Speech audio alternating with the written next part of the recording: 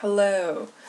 So I will be reviewing the Medieval Cat Tarot today by Teng. So, like all tarot decks, it comes with a standard 78 tarot cards, plus the little white book that contains the author's interpretations of each card.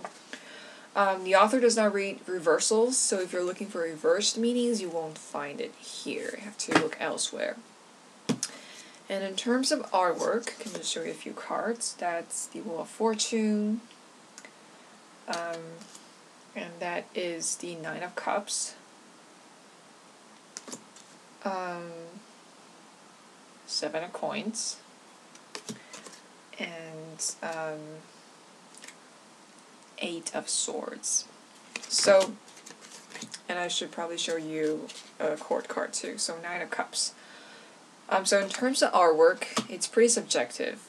So if you're interested, pretty sure you can just find more images on Google and decide for yourself if you like that kind of art. And I'm not really familiar with the vocabulary of art, so I don't think my comments will be that valid. It'll just be my personal opinion. Well, personally, I really like it. One thing I like about artwork is the elemental associations are very clearly depicted, especially in the court cards, which makes it so much easier to read when you're kind of reading the court cards in terms of their elements. For example, the Knight of Cups, you can just see the water element that's strongly depicted on the card. And also, it has this knight figure holding a cup, which is kind of referencing the Rider-Waite. That kind of thing. So the elemental depictions make it really easy to associate with elements when you're reading court cards. And I'm still kind of learning about the court cards. They're really tricky to read, but if you're like me, you think in terms of elements and elemental associations, then this deck is probably very good for you. Other than that, I'm just going to talk about what I like about the cards, what I like about this deck, and what I don't like about this deck.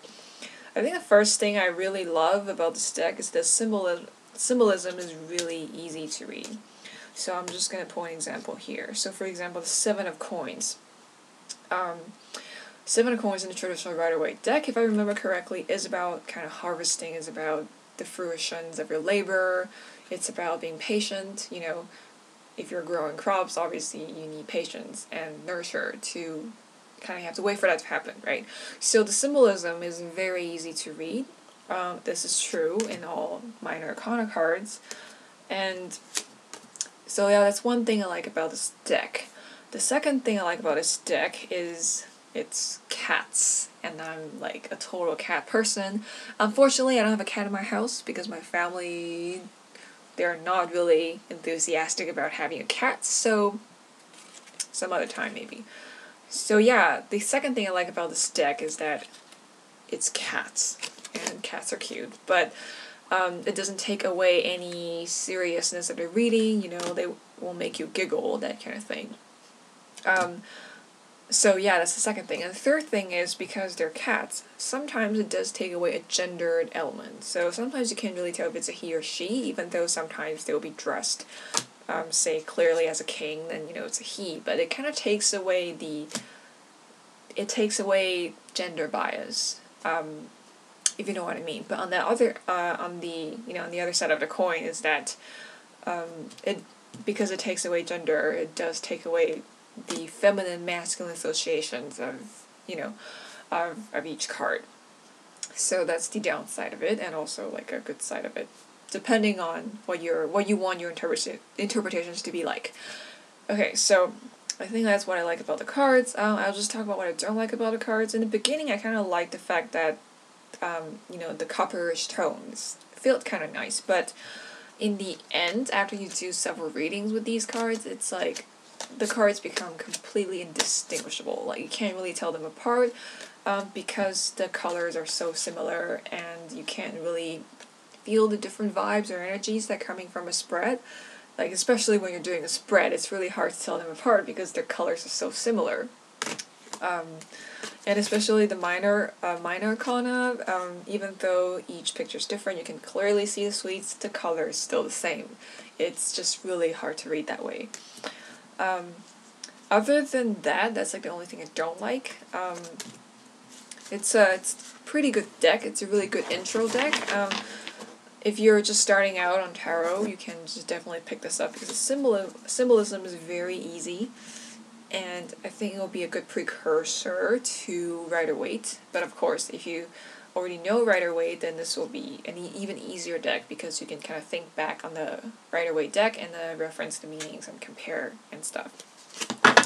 So, yeah, I think I'll just talk a little bit more about the physicality of this deck. The cards are really skinny, so they're really easy to shuffle, and that's also another thing I like about it. It's really easy to shuffle. I just put the card out by accident.